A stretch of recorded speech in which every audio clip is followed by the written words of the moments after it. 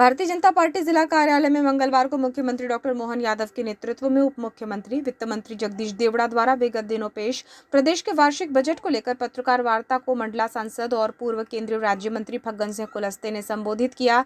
इस अवसर पर भाजपा जिलाध्यक्ष पूर्व मंत्री रामकिशोर नानो कावरे, बालाघाट सांसद श्रीमती भारती पारधी सहित अन्य उपस्थित रहे। मंडला सांसद फग्गन सिंह कुलस्ते के जिला भाजपा कार्यालय में पदाधिकारियों और कार्यकर्ताओं द्वारा अगवानी की गई, जहां पत्रकार वार्ता को संबोधित करते हुए सांसद श्री कुलस्ते ने कहा कि देश के प्रधानमंत्री नरेंद्र मोदी के कुशल मार्गदर्शन में प्रस्तुत प्रदेश की भाजपा सरकार का स्वर्णिम बजट अभ्युदय मध्य प्रदेश की संकल्पना को साकार करता है, जिससे आने वाले समय में प्रदेश चहुमुखी विकास की राह की ओर अग्रसर होगा।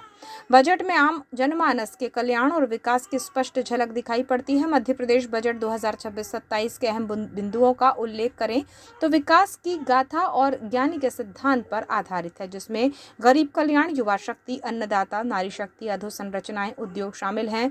उन्होंने बताया कि कृषि विकास और किसानों का कल्याण, पशुपालन गतिविधियों के लिए 2364 करोड़ का प्रावधान, अधोसंरचना विस्तार और संधारण, प्रदेश में निवेश और औद्योगिकीकरण, स्वास्थ्य सेवाएं, नगरीय विकास, ग्रामीण विकास, ग्रीन बजट, पर्यटन और संस्कृति, स्वरोजगार और जन कल्याणकारी योजनाओं का पर्याप्त संसाधन प्रावधान बजट में किया गया है।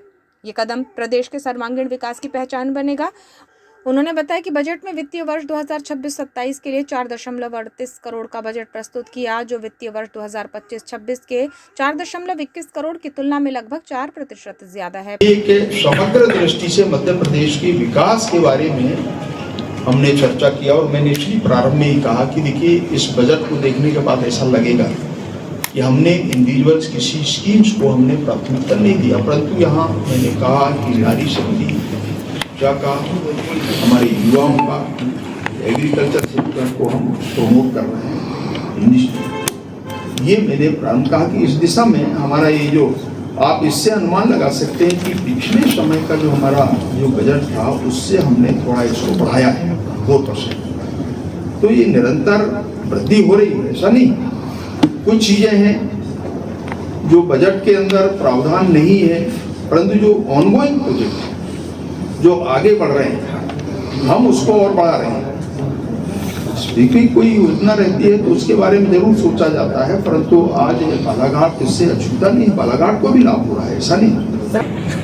कुछ भर्तियां हुई, ये जो आपका ये पात्रता परीक्षा है, इसको भी अभी आगे बढ़ाया। मुझे लगता है कि धीरे धीरे हमने इसमें भी वृद्धि किया है। जो आंकड़े अगर आप देखेंगे तो ये संख्या पता, आज देखिए इतने वर्षों से भर्तियां नहीं हुई। इसके कारण है, जरूर ऐसा लगता है, परंतु जो मापदंड बने हैं हम उस आधार पर देखिए, जैसे विद्यालय के अंदर जो अच्छे शिक्षकों की जितनी जैसे विद्यालय के अंदर आप पत्रकार वार्ता में पत्रकारों ने बजट को लेकर सवाल पूछे, जिसमें आदिवासी क्षेत्रों का रोजगार के अभाव में पलायन भी एक मुद्दा रहा, जिस पर उन्होंने कहा कि सरकार ने नीतियां बनाई हैं कि स्थानीय स्तर पर ही रोजगार मिल सके और पलायन पर रोक लगे। बीते दिनों मध्य प्रदेश विधानसभा में नेता विपक्ष उमंग सिंघार को लेकर दिए गए बयान और पूर्व बयानों पर मंत्री विजय वर्गीय से जुड़े सवाल किए गए, जिस पर सांसद कुलस्ते द्वारा किनारा कर लिया गया। उन्होंने इसे भाजपा नहीं बल्कि मंत्री विजय वर्गीय का व्यक्तिगत विचार बताया। साथ ही कहा कि संयमित